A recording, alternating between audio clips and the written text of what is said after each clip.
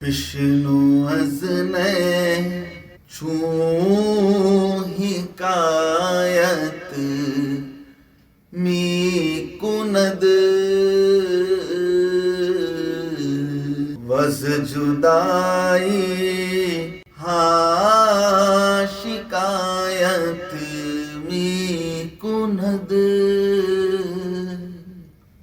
بسم اللہ الرحمن الرحیم. الحمدللہ رب العالمین والصلاة والسلام علی سیدنا و مولانا محمد سید الاولین والآخرین وعلی آلہ واصحابہ اجمعین، اما بعد. الحمدللہ آج ہماری یہ 110ویں ایپیسوڈ کی ریکارڈنگ ہے، اور یہ بڑی حسن اتفاق کی بات ہے کہ 110 علی کے اعداد ہوتے ہیں، اور آج 13 رجب مولا علی کی پیدائش کا دن ہے. آج اس مقدس دن ہم 10ویں ایپیسوڈ کی ریکارڈنگ کر رہے ہیں. اس میں جیسا کہ گزشتہ میں ہم نے کہا تھا کہ تکبر کے حوالے سے مولانا روم بیان فرما رہے ہیں، تکبر کی مذمت اور تکبر سے ہونے والے نقصانات. اپنے آپ کو اچھا سمجھنا اور دوسروں کو گرا کر دیکھنا کتنا برا ہوتا ہے، اور اس برے عمل کی وجہ سے اللہ تعالیٰ کا فضل و کرم کیسے چھین لیا جاتا ہے. اس کا ذکر مولانا روم نے پہلی مثال بلعام بن باورا کے واقعے کے حوالے سے دی، اور اب دوسرا ذکر کر رہے ہیں ہاروت اور ماروت کا. بلعام بن باورا کا نام قرآن مجید میں مذکور نہیں ہے، لیکن اشارتاً اس کا ذکر کیا گیا ہے اور احادیث میں صراحت آ رہی ہے.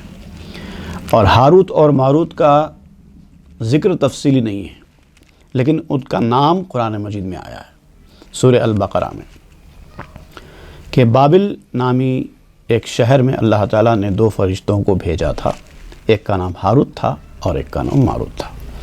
اس کا ذکر جو مولانا روم جس انداز میں کر رہے ہیں، اس میں جانے سے پہلے میں اختصار کے ساتھ ان کی ایک جو کہانی بیان کی جاتی ہے وہ میں آپ کو سناتا ہوں. کہ 2 فرشتے تھے. اللہ تعالیٰ نے آسمان دنیا سے جو پردے ہوتے ہیں نا، حجابات کے پردے، آسمان کی مخلوق زمین والوں کا حال نہیں دیکھ سکتی، زمین والوں کے لوگ آسمان والوں کی کیفیات کو نہیں دیکھ سکتے ان حجابات کی وجہ سے. اللہ تعالیٰ نے کچھ وقت کے لیے وہ حجابات اٹھا دیے. فرشتوں نے انسانوں کی حرکتوں کو دیکھا کہ یہاں پر وہ لوگ کس طرح سے اللہ کے احکامات کی نافرمانی کر رہے ہیں. فرشتوں کو بڑا ناگوار محسوس ہوا کہ اللہ کی مخلوق ہوتے ہوئے یہ لوگ جو انسان ہیں، جن کو اشرف المخلوقات بنایا گیا ہے، وہ اللہ کے احکام کی کیسے خلاف ورزیاں کر رہے ہیں. انہوں نے اللہ تعالیٰ سے شکایت کی کہ پروردگار، ہم تیری عبادت کرنے والے ہیں، ہم تیرے حکم کی تعمیل کرتے ہیں، تیری فرما برداری کرتے ہیں، تو نے ان کو خلیفہ بنایا. ابتدا میں ابلیس کا جو معاملہ ہوا تھا اس وقت بھی فرشتوں نے ایسا کہا تھا، لیکن آدم علیہ السلام کی افضلیت ثابت کر کے اللہ تعالیٰ نے فرشتوں کو خاموش کرا دیا تھا. تو غالباً فرشتوں نے یہ سمجھا تھا کہ ایسے نیک بندے جب دنیا میں جائیں گے تو یہ فساد پھیلانے والی قوم راہ راست پر آ جائے گی. لیکن جب پردے اٹھے ان کو پتہ چلا کہ قوم ابھی بھی راہ راست پر نہیں آئی ہے، بلکہ فتنہ، فساد، قتل و غارت گری، شراب، زنا، جو بھی برے کام ہیں ان میں اندر پھیلے ہوئے ہیں.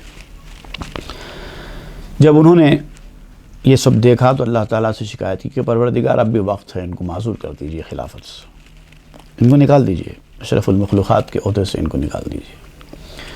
تو اللہ تعالیٰ نے فرمایا کہ نہیں، اب بھی یہ اشرف المخلوقات ہے، کیونکہ ان کی اپنی جو کیفیات ہیں وہ تم نہیں سمجھ سکتے. تم نوری مخلوق ہو، تمہارے اندر وہ چیزیں نہیں ہیں جو ان کو گناہوں کی طرف راغب کر رہی ہیں. اگر تم کو وہ چیزیں ہوتی تو شاید تمہارا بھی وہی حال ہوتا. لیکن یہ بات فرشتوں کو سمجھ میں نہیں آئی. تو پھر اللہ تعالیٰ نے ان فرشتوں کو کہا کہ ٹھیک ہے، اگر تم سمجھتے ہو کہ وہ چیزیں جو انسان کو دی گئی ہیں اگر وہ تمہارے اندر ہوتی تو تب بھی تم ایسی حرکت نہیں کرتے. اور سب سے بڑی چیز جو انسان اور فرشتوں کے درمیان ہے جو فرق ہے وہ یہ ہے کہ فرشتے اللہ تعالیٰ کی بارگاہ میں ہیں، وہ اللہ تعالیٰ کی قربت میں ہیں، دیکھ رہے ہیں، ان کو مشاہدے کی دولت حاصل ہے، جبکہ انسان کے لیے اللہ تعالیٰ غیب میں ہے۔ سب سے بڑی وجہ یہ ہے۔ لیکن اب چونکہ فرشتے دیکھ چکے ہیں اللہ تعالیٰ کو، قرب میں رہ چکے ہیں، اس کی ذات کا عرفان رکھتے ہیں، تو ان کے لیے یقین تھا ان کو کہ ہم اگر ان کی جگہ ہوتے تو ایسا کبھی نہیں کرتے۔ تو اللہ تعالیٰ نے کہا کہ ٹھیک ہے، چلو تم میں سے ایک 3 فرشتوں کو منتخب کر لو جن کو تم سمجھتے ہو کہ بہت زیادہ متقی پرہیزگار ہیں تمہارے بیچ کے، ان کو منتخب کر لو، لے کے آؤ، ان کو میں انسان کی شکل میں زمین پر بھیج دیتا ہوں، وہ ساری چیزیں دے کر جو انسانوں کو دی گئی ہیں۔ فرشتوں نے 3 فرشتوں کا انتخاب کیا اور وہ فرشتے اللہ کے حضور میں پیش ہوئے۔ تو اللہ تعالیٰ نے ان سے کہا کہ میں تم کو زمین پر انسان بنا کر بھیجتا ہوں، وہاں جاؤ، ہدایت و تبلیغ کرو، اور 4 چیزوں سے خاص طور سے بچے رہنا: ایک بت پرستی، ایک زنا، ایک قتل اور ایک شراب نوشی۔ کسی قیمت پہ یہ 4 چیزوں کے قریب نہیں جانا۔ ان شرائط کے ساتھ ان فرشتوں کو اللہ تعالیٰ نے انسان بنا کر بھیجنے کا ارادہ فرمایا۔ اس میں سے ایک فرشتہ جو تھا، اس کو اندازہ ہو گیا کہ یہ بہت خطرے والی بات معلوم ہوتی ہے، جانا کیا ہے، اپنے آپ کو بربادی کے کنویں میں ڈھکیل دینا ہے، لہٰذا وہ جانے سے انکار کر بیٹھا، نہیں میں نہیں جاؤں گا، میں یہیں اچھا ہوں۔ لیکن جو 2 فرشتے تھے باقی کے، وہ لوگ جانے کے لیے تیار ہو گئے، تو اللہ تعالیٰ نے ان کو انسانوں کی شکل میں دنیا میں بھیج دیا۔ ایک کا نام ہاروت اور ایک کا نام ماروت۔ اب ان دونوں فرشتوں کو زمین میں جانے کے بعد بہت ساری باطنی صلاحیتیں دی گئیں، اور چونکہ وہ روحانی مخلوق ہیں، وہ نوری مخلوق ہیں، وہ زیادہ عرصہ زمین پر مسلسل نہیں رہ سکتے تھے۔ جیسے آپ دیکھیں گے روحانی مخلوق بھی جو ہوتی ہے، ہم روح رکھتے ہیں نا، روح کے ساتھ ہیں ہم لوگ، لیکن ہم بھی مسلسل دنیا میں زیادہ وقت تک نہیں رہ سکتے۔ 12 گھنٹے، 14 گھنٹے، 20 گھنٹے، 24 گھنٹے اگر ہم دنیا میں رہ گئے تو بہت ہو گیا، اس سے زیادہ ہم نہیں رہ سکتے۔ ہماری روح چاہتی ہے کہ نہیں، مجھے آرام چاہیے، تو اللہ تعالیٰ نیند مسلط کر دیتا ہے، تو انسان کا جسم آرام کرتا ہے، روح پھر اس دنیا میں چلی جاتی ہے جہاں وہ آرام کرتی ہے، پھر وہاں سے پھر ایک وقت کے بعد جب اس کا آرام مکمل ہوتا ہے لوٹ آ جاتی ہے۔ اب یہ تو ٹھہری ہی نورانی مخلوق، یہ دنیا میں کیسے رہ سکتی تھی؟ تو ان کو اللہ تعالیٰ نے ایک اسم اعظم جو اللہ تعالیٰ کا ہے وہ سکھا دیا۔ جب بھی تم تھک جاؤ فوری یہ پڑھ لو، تم کو آسمان پر اٹھا لیا جائے گا، تم آسمان پر جاؤ گے اور تمہاری تھکن دور ہو جائے گی، تم واپس دنیا میں آ جانا۔ اس طرح سے ان کی ایک انوکھی قسم کی نیند ان کے اوپر اسم اعظم کی مدد سے دی گئی۔ اب اسم اعظم چونکہ ان کے پاس آ چکا تھا، تو اسم اعظم تو بڑی طاقتور چیز ہے، وہ دنیا میں کچھ بھی کر سکتے ہیں اس کے ذریعے۔ بہرحال تو کہا جاتا ہے کہ یہ ادریس علیہ السلام کے دور کی بات ہے، وہ دنیا میں آئے اور انہوں نے تقوی پرہیزگاری کا ایک عرصے تک پرچار کیا، لوگوں کو ہدایت کرتے رہے، لوگ ان سے مشورے لیتے رہے، وہ دونوں فرشتے ہاروت اور ماروت۔ لیکن ایک وقت کے بعد کیا ہوا کہ اب چونکہ ان کے اندر وہ ساری چیزیں رکھ دی گئی تھیں جو انسانوں کے اندر ہے، ساری چیزیں ان کے اندر رکھ دی گئی تھیں، اس کے بعد ایک خاتون، بہت ہی خوبصورت خاتون ان کے پاس آئی۔ اب وہ ادھر اٹریکٹ ہوئے، انہوں نے اس خاتون کے ساتھ غلط کاری کا آفر کر دیا، تو خاتون نے انکار کر دیا کہ بولے نہیں ایسا نہیں ہو سکتا۔ جب انہوں نے اصرار کیا، کیونکہ اب وہ برداشت نہیں کر پا رہے تھے جو انسانی مجبوریاں ان کے اوپر حائل ہو گئی تھی، ایک وقت تک تو کرتے رہے، لیکن اس کے بعد زمین کی غذا جب ان کے پیٹ میں جا رہی ہے، انسان بن کر آئے ہیں نا، تو پھر وہ اپنے اثرات تو دکھائے گی، وہ اثرات دکھانا شروع ہو گئی، وہ برائی کی طرف مائل ہو گئے۔ اب دیکھیے ان کا بدکاری کی طرف مائل ہونا صرف ایک ہی انداز کا تھا، شراب نوشی سے وہ برابر پرہیز کرتے تھے، قتل و غارت گری سے نفرت کرتے تھے، بت پرستی کو تو شرک جانتے تھے، تو یہ چیزیں کرنے کا تو سوال ہی نہیں تھا، لیکن ایک برائی کی طرف مائل ہو گئے۔ لیکن جس خاتون کے طرف وہ مائل ہوئے، اس نے ایک شرط لگا دی، اگر تم کو تمہاری ضرورت پوری کرنی ہے تو تم کو میرے خدا کے سامنے یعنی بت کے سامنے سجدہ کرنا ہوگا۔ فرشتوں نے انکار کر دیا، نہیں ایسا تو نہیں ہو سکتا، ہم اپنا ایمان نہیں بیچ سکتے۔ وہ چلی گئی، ایک عرصے کے بعد پھر آئی۔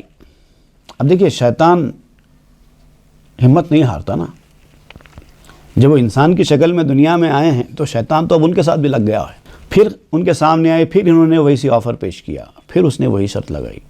فرشتوں نے کہا کہ نہیں، بت پرستی تو ہم سے نہیں ہو سکتی۔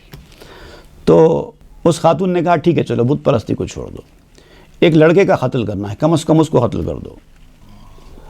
فرشتوں نے کہا کہ نہیں، ہم یہ کام بھی نہیں کر سکتے، کیونکہ قتل کرنا اللہ تعالیٰ کے پاس بہت بڑا گناہ ہے، یہ اتنا بڑا گناہ بھی ہم نہیں کر سکتے۔ تو انہوں نے کہا کہ ٹھیک ہے شراب ہی پی لو، جب یہ دونوں چیزیں نہیں ہو سکتی تم سے تو کوئی بات نہیں، شراب ہی پی لو۔ تو چونکہ وہ نفسانی شدت ان کے اوپر غالب ہو چکی تھی تو انہوں نے اس کی تکمیل کے لیے شراب پینے پر رضامندی ظاہر کر لی۔ جیسے ہی انہوں نے شراب پیا، شراب کے نشے میں دھت ہوئے، اب اس کے بعد ان کے لیے قتل کرنا آسان ہو گیا، کیونکہ ان کی عقل چلی گئی۔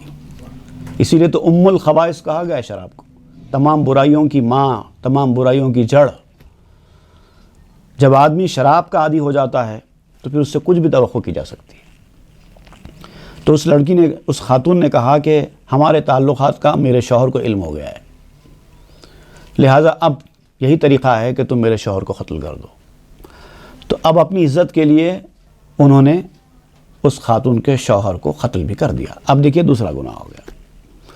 اور پھر اب یہ نشے کی عادت پڑی تو اس کے بعد پھر حالت نشہ میں وہ بت پرستی بھی کر بیٹھے۔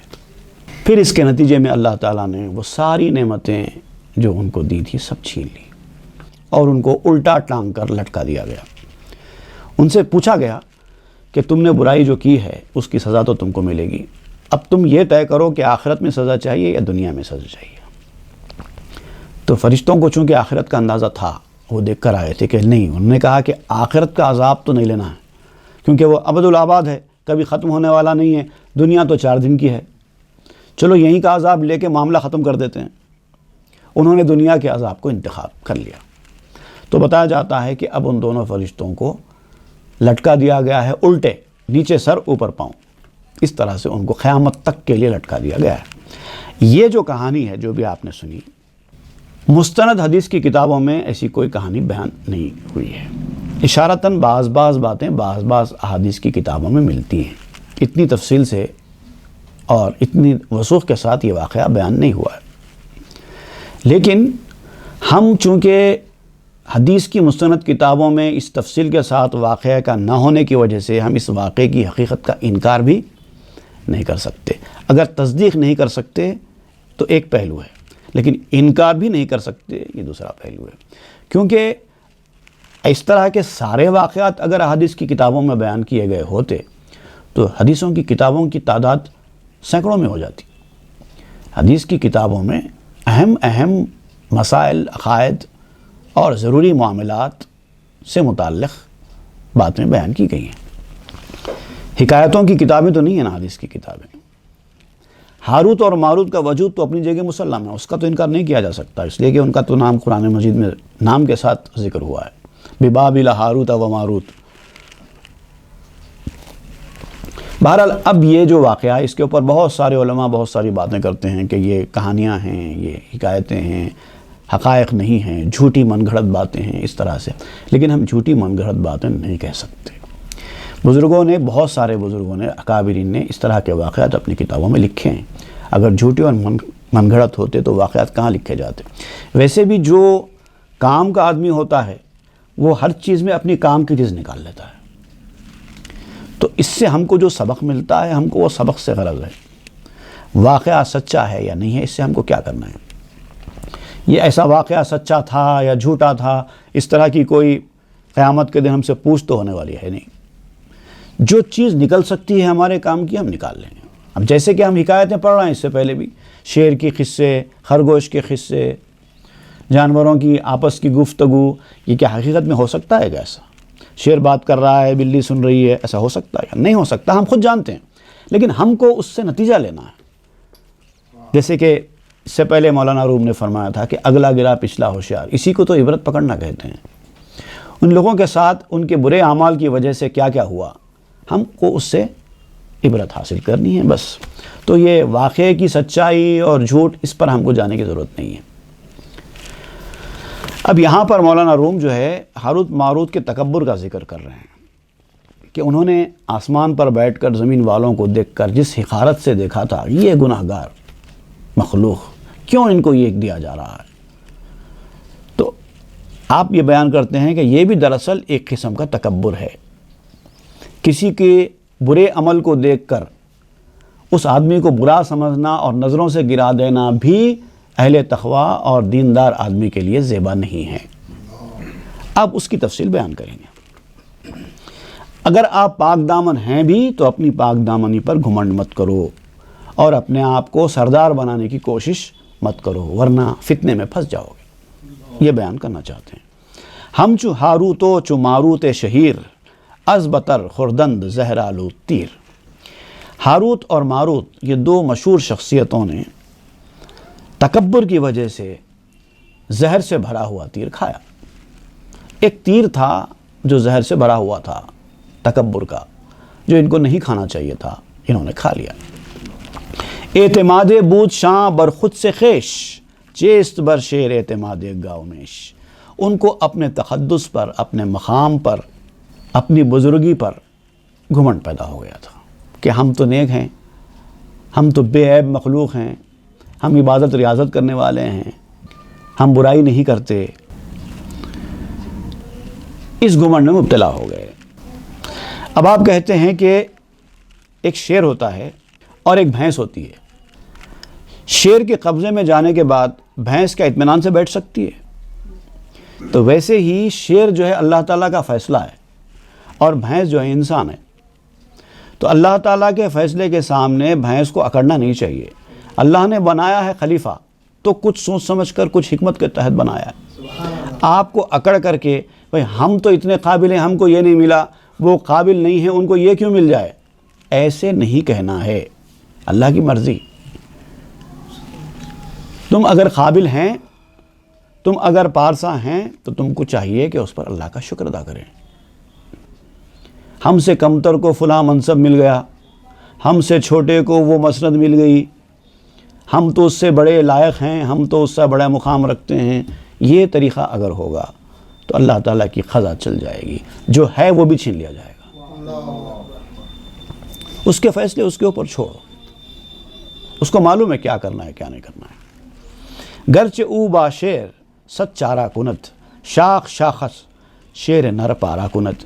اگر وہ شیر کے مقابلے میں جا کر 100 تدبیریں بھی کرے، اگر بھینس شیر کے مقابلے میں جا کر اللہ تعالیٰ کی قدرت کے، اس کے فیصلوں کے مقابلے میں جا کر اگر اپنی عقل کے مطابق 100 تدبیریں بھی کرے تو پھر شیر اس کے جوڑ جوڑ الگ الگ کر دے گا، ٹکڑے ٹکڑے کر دے گا. گویا اپنے ہاتھ سے اپنی بربادی کا راستہ اختیار کرو گے. گر شوت پرشاخ ہمچو خار پشت شیر خواہت گاہ را ناچار کشت. چاہے سینگوں سے لاکھ بھینس شیر کو مارتی رہے، ہزاروں وار بھینس کے شیر سہتا رہے اس کے سینگوں کے، لیکن پھر جب شیر ایک پنجہ مارے گا، بھینس کے سارے وار شیر پہ زیادہ اثر نہیں کریں گے، تھوڑی بہت خراش آئے گی. لیکن جب پلٹ کر شیر بھینس پر وار کرے گا تو ایک ہی پنجے میں جان نکل جائے گی. اس کے بعد پھر اس کی گردن کو جو دانتوں سے دبوچے گا تو سیدھا چاروں خانے چت. گرچہ سر سر بس درختاں می کند باغیا ہے پست احسامی کند. یاد رکھو، یہ بڑی خوبصورت بات آپ کہہ رہے ہیں. آندھی جو آتی ہے، بھیانک آندھی، تیز و تند آندھی، ہریکین، جب یہ چلتی ہے اپنی پوری شدت کے ساتھ تو بڑے بڑے جھاڑ جڑ سمیت اکھڑ جاتے ہیں. بڑے بڑے جھاڑ جڑ سمیت اکھڑ جاتے ہیں، لیکن چھوٹی چھوٹی گھاس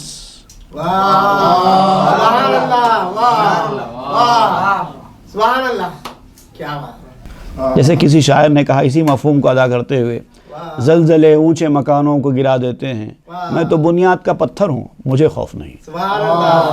تو بنیاد کا پتھر بن کے رہو، گھاس بن کر رہو، کوئی نقصان نہیں ہے آندھیوں سے. بالکل نیچے رہو، چھوٹے بن کر رہو، کتنی بھی آندھی چلے کوئی فرق پڑنے والا نہیں ہے.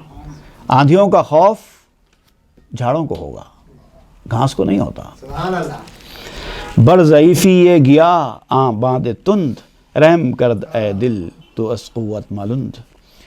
گھاس کی جو کمزوری ہے اس پر تیز ہوا نے رحم کیا ہے.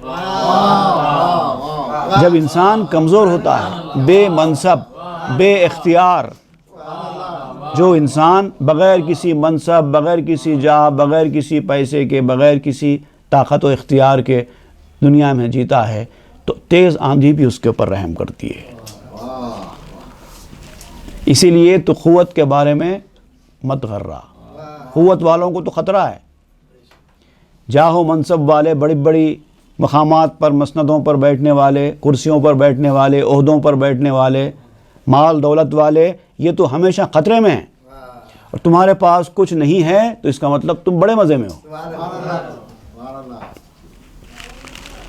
کی شرح زنبوہ یہ شاخ درخت, کہ ہراس آید ببرد لخت لخت. دیکھیے درخت, جھاڑ, اس کے شاخ کا جو موٹا پن ہوتا ہے, چاہے کتنی موٹی شاخ کیوں نہ ہو, چھوٹی شاخ ہی نہیں, جتنی موٹی شاخ جھاڑ کی کیوں نہ ہو, کیا کلہاڑی اس شاخ کو دیکھ کر ڈرتی ہے؟ کلہاڑی یا کلہاڑا جو بھی ہے, جب چلتا ہے تو چھوٹی شاخ کیا, بڑی شاخ کیا, سب کو کاٹ دیتا ہے. کلہاڑی نہیں ڈرتی موٹی شاخ سے, اس کے تو ٹکڑے ٹکڑے کر دیتی ہے. لخت, لخت, لخت کہتے ہیں ٹکڑے کو. ہمارے پاس اردو میں بھی لخت جگر استعمال کرتے ہیں, جگر کا ٹکڑا. لخت, لخت, ٹکڑے ٹکڑے کر دیتی ہے. لیک بر برگے نکوبت خیشرا, جس کے بر نیشے نکوبت نیشرا. لیکن پتے پر اپنے آپ کو نہیں مارتی کلاڑی, شاخ پر مارتی ہے, چاہے وہ چھوٹی رہے چاہے وہ بڑی رہے. کلاڑی کسی بڑے سے بڑے شاخ سے بھی نہیں ڈرتی, جب چلتی ہے تو توڑ دیتی ہے. لیکن پتوں کے اوپر کلاڑی چلتی ہی نہیں ہے. کلاڑی کو تو وہی چیز چاہیے جو سخت ہے. جس کے بر نیشے نکوبت نیشرا, کلاڑی چلنے کے لیے موٹی چیز ہی تلاش کرتی ہے. شولرا زنبوہ یہ ہیزم چے غم, کہ رمت قصاب زنبوہ ہے غنم. جو شولہ ہوتا ہے اس کو آگ سے کوئی ڈر نہیں ہوتا. آگ کا جو شولہ ہوتا نا, چنگاری, وہ بڑی سے بڑی آگ سے بھی نہیں ڈرتی. کیوں ڈرے گی؟ وہ تو وہی ہے. ایندھن میں جانے سے کبھی چنگاری نہیں ڈرتی. بالکل ایسے ہی جیسے بکریوں کا ریوڑ ہوتا ہے, ہزاروں بکریوں کا ریوڑ چلا جا رہا ہے. عام آدمی شاید وہ ریوڑ کو دیکھ کر ڈر جائے, قصاب نہیں ڈرتا. وہ تو ماہر ہوتا ہے, ان کو لے کر جانا, سینکڑوں بکریوں کو بھی اس کو معلوم ہے کس طرح سے لے جانا ہے. کبھی قصاب نہیں ڈرتا. پیش مانا چیست صورت بزبوں, چرخرا مانیش می دارد نگوں. تو اب آپ یہ کہتے ہیں کہ جو مانا ہوتا ہے اس کے سامنے صورت کی کوئی اہمیت نہیں ہوتی. مانا مطلب ریئلٹی, اور صورت مطلب ہے فارم. جب ریئلٹی آ جاتی ہے تو اب فارم کی کوئی حقیقت نہیں رہتی. جب مؤثر چیز آ جاتی ہے جس سے انسان تاثر حاصل کرے, وہ مؤثر. اور ایک چیز ہوتی ہے متاثر, جس کے اوپر اثر پڑے. تو جب مؤثر آ جائے تو متاثر کی ضرورت نہیں ہے. جیسے ہمارے پاس فارسی میں ہی ہے ایک کہاوت ہے, آب آمد تیمم برخاست. جب پانی دستیاب ہو گیا تو اب تیمم کیا ہے, تیمم تو ٹوٹ جاتا ہے. تو معنی جب آ گئے, ریئلٹی جب آ گئی, تو اس کے بعد اب فارم کی کوئی ویلیو نہیں رہی. اور یہی وجہ ہے تو فارم پر توجہ مت دو, ریئلٹی پر توجہ دو, معنی پر توجہ دو. اور جو معنی پر توجہ دیتا ہے وہ اکڑتا نہیں ہے. اونچا ہوتا ہے مگر اکڑتا نہیں, بلند ہوتا ہے مگر جھک کر رہتا ہے. اس کی مثال آپ دے رہے ہیں, چرخرا مانیش می دارد نگوں. آسمان کو دیکھو, اتنا اونچا ہے مگر آندھا ہوتا ہے. لائک انورٹڈ کپ, جب ایک کپ کو الٹا دیا گیا ہے, آپ دیکھیے چار طرف سے زمین کے اوپر جا کر دیکھیے، ہر طرف سے آسمان جھکا ہوا ہے نیچے، اس کو دیکھو اتنا بڑا ہے اور نیچے تک جھکا ہوا ہے، آپ کے نیچے ہے آسمان، آسمان آپ کے اوپر بھی ہے، آسمان آپ کے نیچے بھی ہے۔ یہ آسمان سے سیکھو، بلند ہے مگر نیچے ہے، کم ہے مگر اوپر ہے، یہ تکبر ہے۔ کچھ نہیں ہے مگر اونچے ہیں، بہت کچھ سمجھ رہے ہیں اپنے آپ کو، وہ تکبر ہے، اور بہت کچھ ہیں مگر نیچے ہے، یہ عاجزی ہے۔ یہ سکھاتا ہے آسمان۔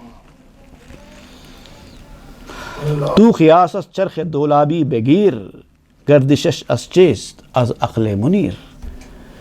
انسان کی عقل جو ہوتی ہے، روشن عقل، اسی کی وجہ سے سب کچھ چل رہا ہے۔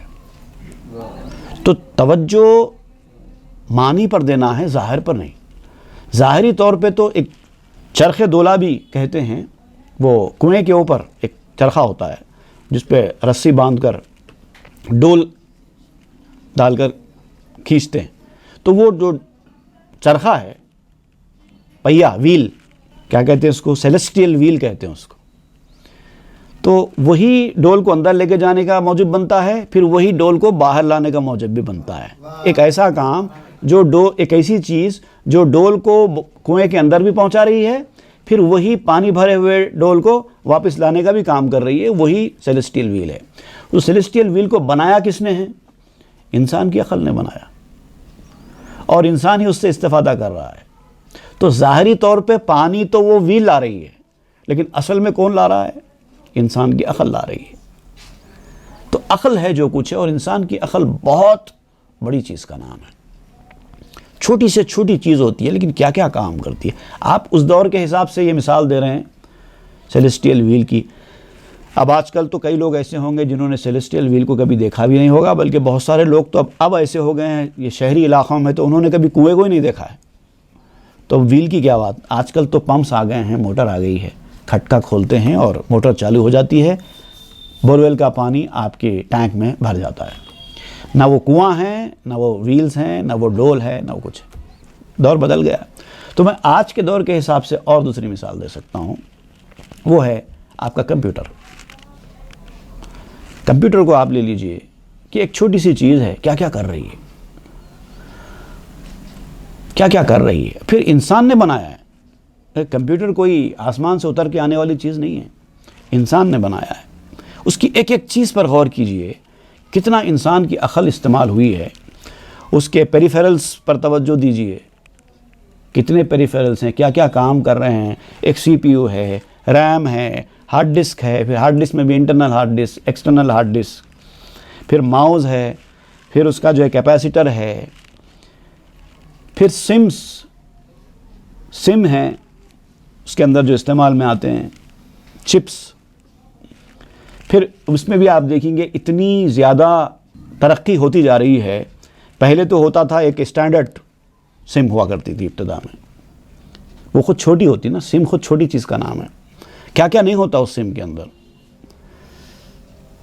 1FF کی سم ہوتی تھی، اسٹینڈرڈ سم کہا جاتا تھا اس کو۔ اس کے بعد اب وہ 2FF کی سم آنا شروع ہو گئی، اب اس کو منی سم کہا جانے لگا، اور چھوٹی ہو گئی۔ پھر منی سم کے بعد ایک اور ایک سم آئی، مائکرو سم کہنے لگے اس کو، وہ اور چھوٹی ہو گئی۔ اب مائکرو سم کے بعد پھر ایک نینو سم آ گئی، وہ اور چھوٹی ہو گئی۔ چھوٹی سے چھوٹی ہوتی جا رہی ہے مگر کام پہلے سے زیادہ کر رہی ہے۔ پھر اب ایک اور چیز آنے والی ہے، کولمبیا یونیورسٹی کے سائنٹسٹ نے ایجاد کی ہے، ایک اور ایک سم ہوتی ہے جو نینو سم سے بھی چھوٹی ہے۔ اس کو دیکھنے کے لیے بھی مائکروسکوپ چاہیے، وہ سم کو دیکھنے کے لیے، وہ سم کو دیکھنے کے لیے ہی مائکروسکوپ چاہیے۔ اس کی جو سائز بتائی جاتی ہے 0.1 کیوبک ملی میٹر کی ہے، 0.1 کیوبک mm۔ اس کا نام ہے موٹس، MOTES، موٹس۔ بہت سارے لوگوں میں آپ لوگوں نے ابھی اس کا نام بھی نہیں سنا ہوگا، وہ آگے سنیں گے ابھی، کیونکہ وہ انسانوں کے اوپر اس کا تجربہ ابھی شروع نہیں ہوا ہے، ابھی تو چوہوں کے اوپر چل رہا ہے، انسان کے جسم کے اندر چھوڑ دی جائے گی، پھر وہ پوری خبریں دے گا جسم کے اندر کی